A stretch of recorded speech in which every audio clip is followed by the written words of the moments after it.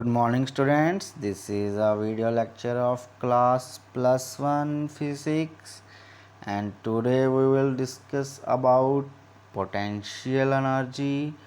So let us discuss. और students जिन्होंने practical file submit नहीं कराई है वो करा दें, आपके मार्क्स लगने हैं इसके, और आपका वाइवा भी होना है इसका।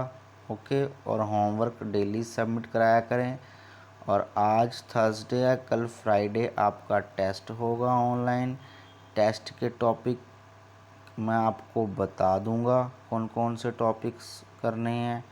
ठीक है बच्चों, वो टॉपिक मैं आपको बता दूंगा, वो अपने टॉपिक प्रैक्टिस करने हैं। जैसे कि लॉज ऑफ मोशन में से ही लेंगे फ्रिक्शन वाला चैप्टर। फ्रिक्शन में से वर्क डन, जब बॉडी ऊपर जाती है ना इंक्लाइंड प्लेन, ठीक है, उसकी एडवांटेजेस फ्रिक्शन की, उसके डिसएडवांटेजेस क्लियर है। सेंट्रीपिटल फोर्स, सेंट्रीफ्यूगल फोर्स, ये सभी टॉपिक्स का कल टेस्ट होगा। ठीक है स्टूडेंट्स, सो प्रिपेयर रहिएगा। सो आज बात करते हैं पोटेंशियल एनर्जी। पोटेंशियल एनर्जी, जो एनर्जी बाय एनर्जी कोई भी बॉडी प्रोसेस करे बाय वर्च ऑफ इट्स पोजीशन, उसकी पोजीशन चेंज होने से, उसकी कॉन्फ़िगरेशन, उसकी shape, size, length, width change होने से जो एनर्जी प्रोसेस करे कोई बॉडी, उसे कहते हैं potential energy. Energy processed by body by वर्च ऑफ इट्स पोजीशन और configuration is in same field is called potential energy. ठीक है, potential energy energy that can be associated with the configuration. मैंने अभी कहा जैसे अरेंजमेंट, उसकी मॉलिक्यूल्स की अरेंजमेंट हो सकती है, उसके अंदर बॉडीज़ में उसकी किस तरह की अरेंजमेंट हो सकती है, कॉन्फ़िगरेशन हो सकती है, सिस्टम ऑफ ऑब्जेक्ट्स की कॉन्फ़िगरेशन हो सकती है, उसको उसके ऊपर फोर्स लगना है एक दूसरे के ऊपर। ठीक है ना, it's configuration of system changes in the potential energy. अगर कॉन्फ़िगरेशन चेंज होगा तो पोटेंशियल एनर्जी चेंज होगी। उसकी बहुत सारी फॉर्म्स हो सकती हैं पोटेंशियल एनर्जी की, जैसे our body transform potential energy in food into internal energy to maintain body temperature. हमारी बॉडी क्या करती है, हम खाना खाते हैं, ठीक है, जो फूड है उसको इंटरनल एनर्जी जैसे ग्लूकोज वगैरह में चेंज करती है। ठीक है, एनर्जी बनाती है ना, साथ में बहुत सारी एनर्जी रिलीज़ होती है ग्लूकोज के साथ। क्यों रिलीज़ होती है, हमारी बॉडी का टेम्परेचर मेजर रखने वाले। क्लियर है, इसकी बहुत सारी फॉर्म्स हैं। ठीक है ना, तो some of energy from the converted to kinetic, कुछ एनर्जी किनेटिक एनर्जी में कन्वर्ट हो जाती है, जो ब्लड में मिल जाती है उसको खून को दौड़ाने के लिए पूरे शरीर में। कुछ मसल्स में चली जाती है, कुछ बोन्स में चली जाती है। सम जो एनर्जी है वो हमें इलेक्ट्रोकेमिकल एनर्जी मिलती है, हमें नर्वस सिस्टम को काम करने के लिए, हमारा जो हमारा ब्रेन को वर्क करता है ना नर्वस सिस्टम, उसको उसको करने के लिए पोटेंशियल एनर्जी चाहिए होती है। Batteries are converted to potential energy by separated battery contain potential energy by separating charges that are stated towards each other। अब चार्जेस के बारे में तो आपको ज़्यादातर प्लस टू में पता लगेगा, बट मैं बताता हूँ, एक पॉजिटिव चार्ज होता है, एक नेगेटिव चार्ज होता है। जब भी किसी आयन्स या इलेक्ट्रॉन्स लूज़ करते हैं, या आपने केमिस्ट्री में पढ़ा होगा, तो बैटरीज को में पोटेंशियल एनर्जी दी जाती है, इसको रोका जाता है, चार्जेस को भी आपस में मिले ना, इन्हें सेपरेट किया जाता है। तो कोई कैसे रोक सकते हैं, तो हम उसे, अगर हम रोकेंगे तो उससे हमें कुछ ना कुछ तो पोटेंशियल एनर्जी लगानी पड़ेगी ना, तो उसे कहते हैं पोटेंशियल एनर्जी। ठीक है ना, अट्रैक्ट होते रहते हैं तो अट्रैक्ट ना हो सकें। ठीक है, और बहुत सारी ग्रेविटेशनल अट्रैक्शन होती है, जैसे मास को अट्रैक्ट करती है अपनी तरफ, ये भी एक तरह की पोटेंशियल एनर्जी है। ठीक है ना, ये दिखती नहीं है हमें। ठीक है ना, देखो ना, अगर हम बॉल को ऐसे रखें और बॉल को मैंने छोड़ दिया तो नीचे गिरेगा। अगर बॉल के अंदर ऐसे ऐसे कोई हाथ से पकड़ लें तो वो नीचे नहीं गिरती, क्यों? क्योंकि हमने हाथ से उसे कुछ पोटेंशियल एनर्जी दे दी है। ठीक है ना, विद रिस्पेक्ट टू किसके, इसके विद रिस्पेक्ट टू उस अर्थ के रिस्पेक्ट टू। ठीक है ना, तो ये तो थी पोटेंशियल एनर्जी के बारे में। थोड़ा सा और पढ़ लेते हैं इसके बारे में।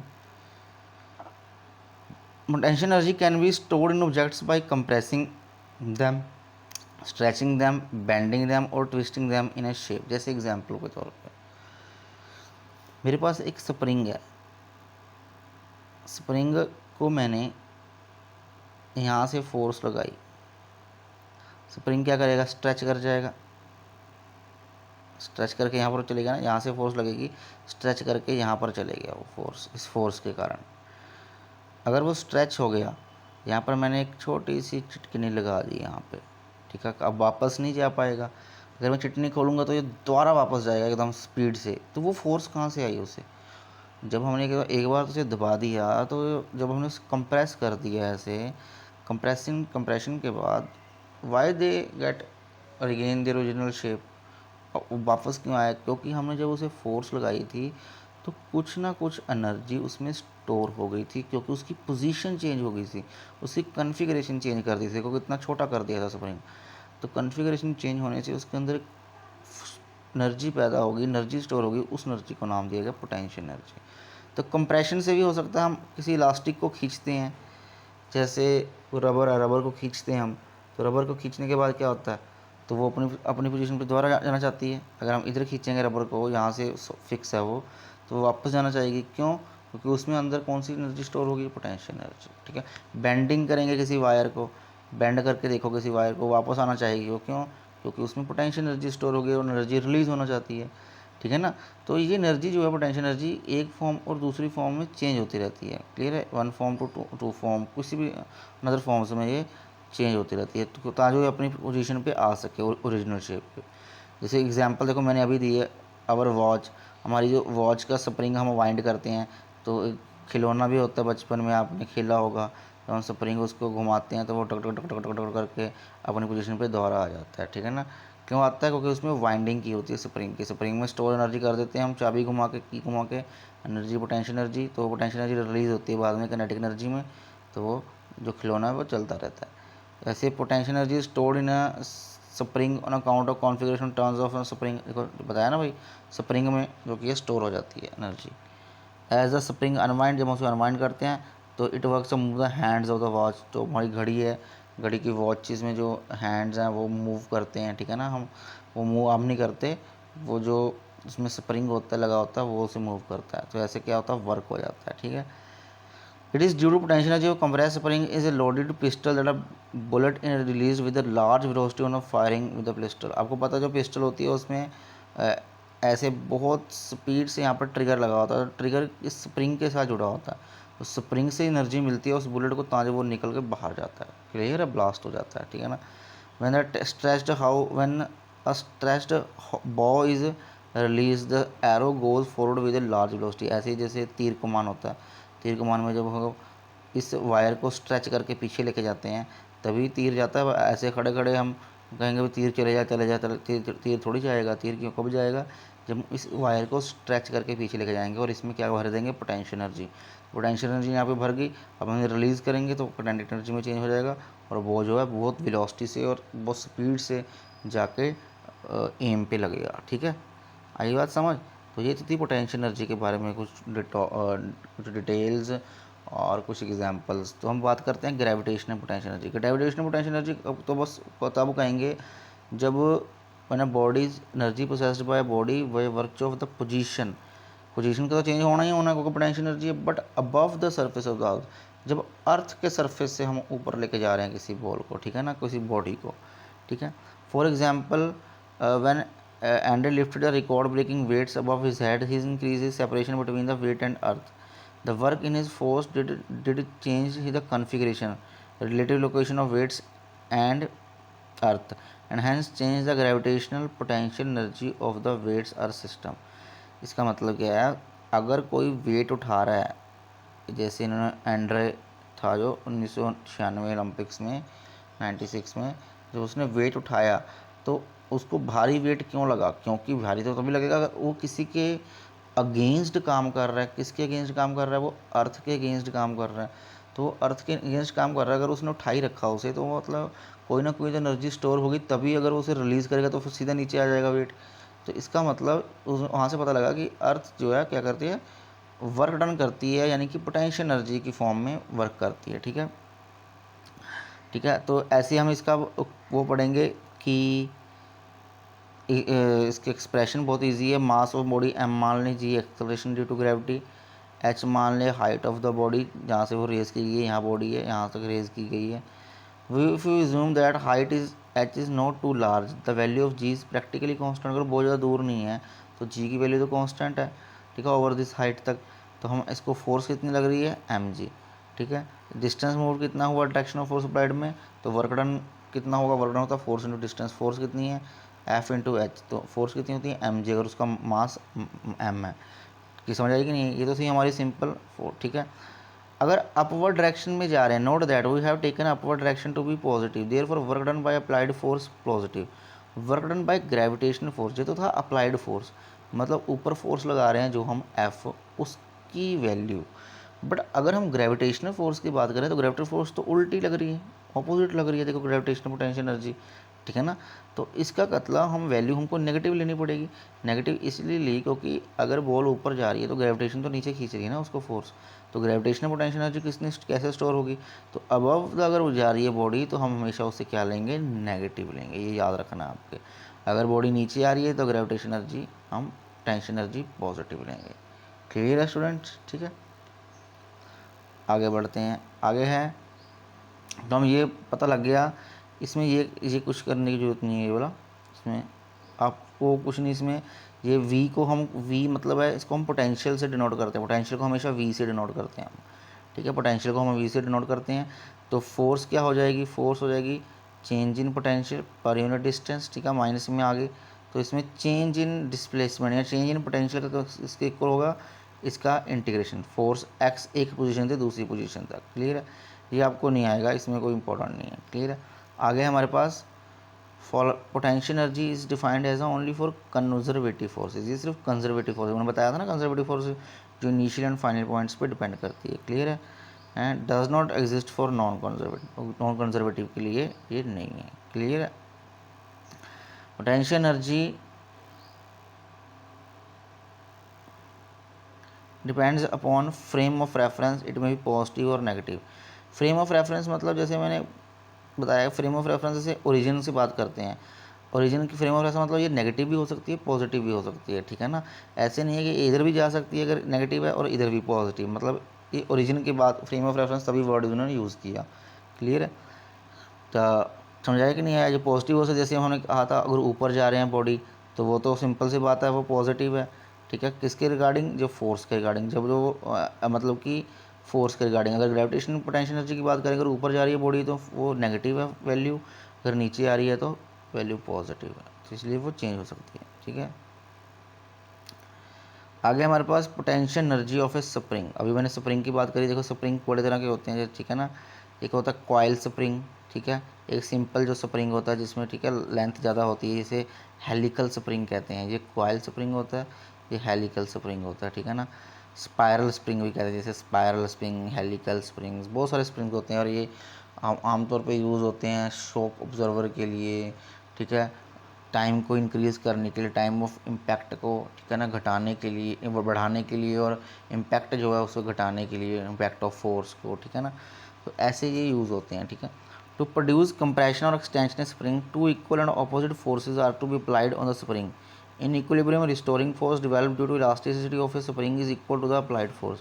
मतलब क्या है, दो फोर्सेस की बात की है उन्होंने, ठीक है। एक फोर्स ये तो ये लगा रहे हैं हम, इसे कहेंगे अप्लाइड फोर्स, क्या कहेंगे, अप्लाइड फोर्स जो हम लगा रहे हैं, देखो ना, टू इक्वल फोर्सेस की बात की है ना उन्होंने, टू इक्वल फोर्सेस लग रही हैं, एक तो होगी अप्लाइड फोर्स, ये रही अप्लाइड ऑन इट, इसे कहेंगे अप्लाइड फोर्स, ये देखो अप्लाइड फोर्स, ठीक है। अगर ये स्प्रिंग है तो एक तो होगी अप्लाइड फोर्स जो हम लगा रहे हैं, अब जब ये दब जाएगा तो और उसे छोड़ेंगे तो कौन सी फोर्स के कारण ये वापस आएगा, तो होगी रिस्टोरिंग फोर्स। ये दो वर्ड याद रखने हैं हमने, एक अप्लाइड फोर्स और जो किसके कारण वापस आएगा, रीस्टोरिंग फोर्स के, रीस्टोर करना चाहता है अपने आप को, ठीक है। A definite amount of work has to done against the restoring force, restoring force के अगेंस्ट हम वर्क डन करते हैं, ठीक है, चाहे वो कंप्रेशन में हो सकता है, अगर हम उसे कंप्रेस करेंगे, चाहे उसके एक्सटेंशन में भी हो सकता है, ठीक है ना। This work done is stored in the spring in the form of elastic potential energy, तो ये energy in the form of potential energy, elastic potential energy की फॉर्म में ये स्टोर हो जाती है। ओके, अब बात करते हैं the potential energy of a spring is energy associated with the state of compression और expansion of an electric spring. तो पोटेंशियल एनर्जी स्प्रिंग की क्या है, वो एनर्जी जो एसोसिएट करती है, या तो हम उसे कंप्रेशन में रखें या तो उसे हम एक्सटेंशन दे दें। क्लियर है, तो मान लीजिए ये स्प्रिंग दिया हुआ है, कैलकुलेट हम निकाल कर चलते हैं, एंड ओ दिया हुआ उसका ये फिक्स है बिल्कुल, ठीक है, supported by end body mass M is attach to free end A, एक बॉडी अटैच है ऐसे, स्प्रिंग है, यहाँ पर एक बॉडी अटैच है, मास उसका एम है, और हवा में नहीं है ये, ऐसे टेबल पे है, ठीक है। ओके, तो the position of a body A when spring is unstretched is chosen as origin. अब ये बॉडी की ओरिजिनल पोजीशन है, यहाँ पे हमें उसे कोई फोर्स नहीं लगाई, या ना स्ट्रेच किया ना कंप्रेस किया, ठीक है।